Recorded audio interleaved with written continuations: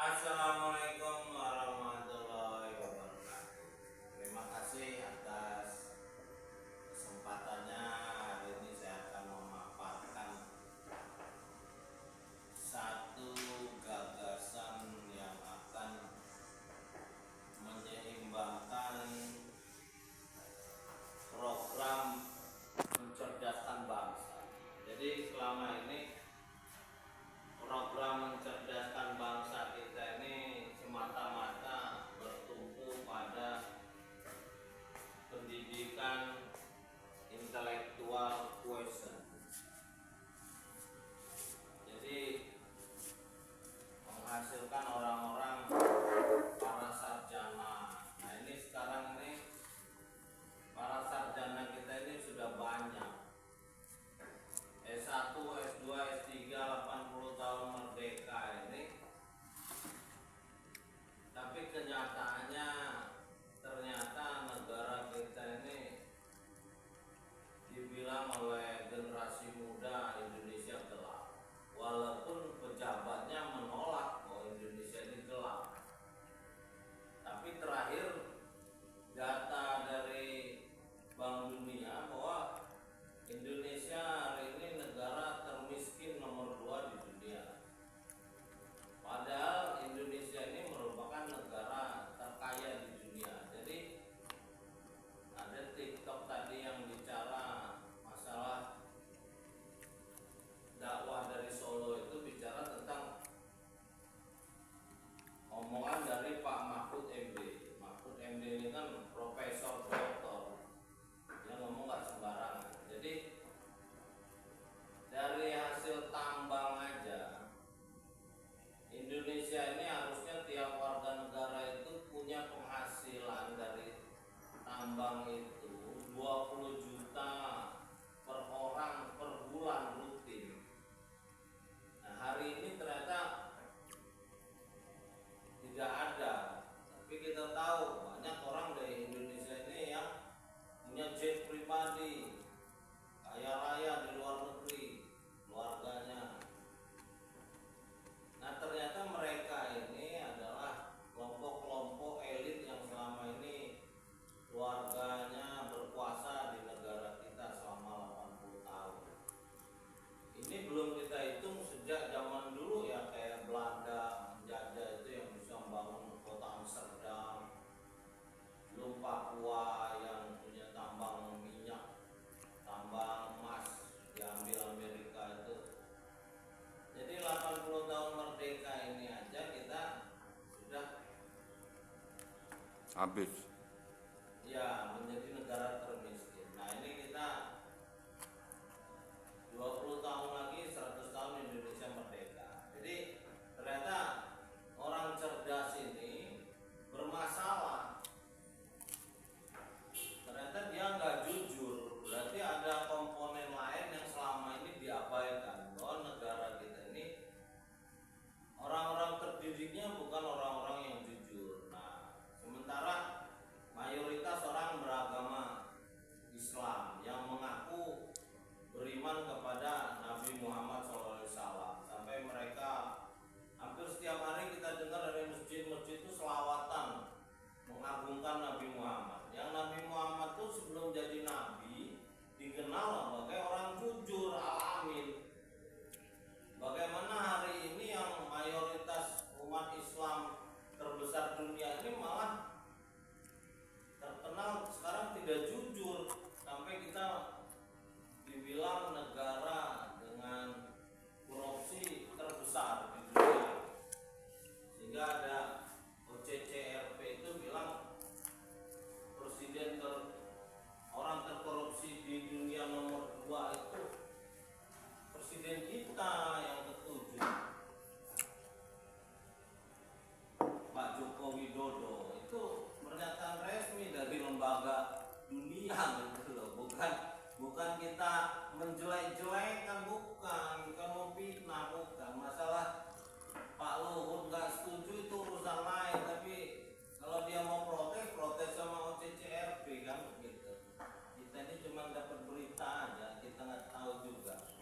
Nah dari kasus ini saya menulis buku sebagai antitesis terhadap kondisi negara kita.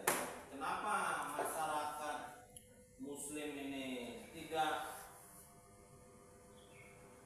tahu dengan nabinya yang jujur itu dan tidak mengikuti nabinya yang jujur itu gitu loh. Ini kan berarti orang Muslim ini nggak kenal sama nabinya, nggak pernah baca riwayat hidup nabinya.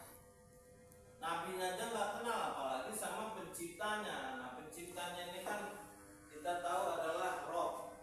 Iqra bismi rabbika allazi khalaq. Nah, itu ayat yang diterima pertama menceritakan bahwa yang menciptakan manusia ini Rob. Nah, ini makanya saya buat judul di sini, mengenal Rob sebagai pemilik alam semesta, Robbil Alamin. Nah, rencananya peluncuran buku ini akan saya lakukan 9 Juli 2025 di Warung Kopi Aritua Base Camp Waikandis, Pos Komando Revolusi Jujur 2024-2029. Ini saya bacakan daftar isinya. Daftar isinya ada pengantar, lalu bab 1 Iqra, subbab 11 segumpal darah, subbab 12 ayat, bab 2 jujur, subbab 21 percaya diri, subbab 22 hamba. Lalu bab 3 guaira, subbab 31 orang-orang musuh, subbab 32 sujud. Lalu bab 4 kitab Rob, subbab 41 Lord of Universe, subbab 42 rahmat. Bab 5 iman, subbab 51 zikir, subbab 52 sihir.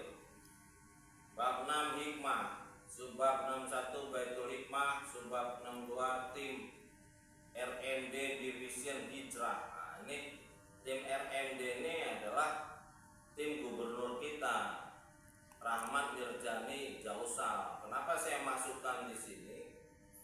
Karena saya mengenal beliau ini sebagai orang yang hijrah mengikuti Nabi Muhammad SAW. Jadi kita berharap beliau ini nanti ya seperti Nabi Muhammad SAW, dikenal sebagai Al-Amin jujur, lalu bisa membangun Lampung, dan Lampung bisa menjadi seperti Mekah Arab dulu yang tidak berpengaruh apa-apa di antara Romawi dan Persia, lalu membawa dunia ke arah yang lain. Nah, ini ada babnya sampai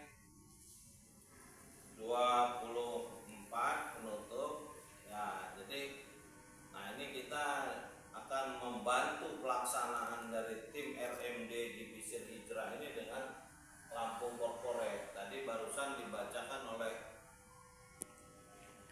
Pak Rob Branson tentang visi misi dari Gubernur ada 18 item. Saya rasa itu saja dulu. Mudah-mudahan nanti kita bisa kolaborasi dan buku ini mungkin mulai kita persiapkan untuk masuk ke print. Judulnya apa itu? Judulnya mengenal Rob. Jadi ini untuk menyeimbangkan orang-orang yang cerdas tapi sekarang tidak mengenal penciptanya. Dia cuman berjalan mengikuti hawa nafsunya saja, walaupun dia mengaku beriman, beragama, tapi prakteknya mereka sekarang korupsi berjamaah dan lain-lain, sehingga negara kita menjadi negara termiskin nomor 2 dunia. Nah, Lampung ini termiskin di Sumatera bersama Aceh, yang juga justru Aceh pusatnya agama Islam dari dulu. Tapi kenapa posisi? Nah, ini kan ada yang nggak beres. Tapi ya kita beruntung, kita menjadi orang-orang yang dipilih. Kita peduli ini karena ada jiwa-jiwa yang agung yang kita diangkat sama Tuhan untuk menjadi orang-orang pilihan membangun di dunia ini. Ya, kita syukuri karena dipakai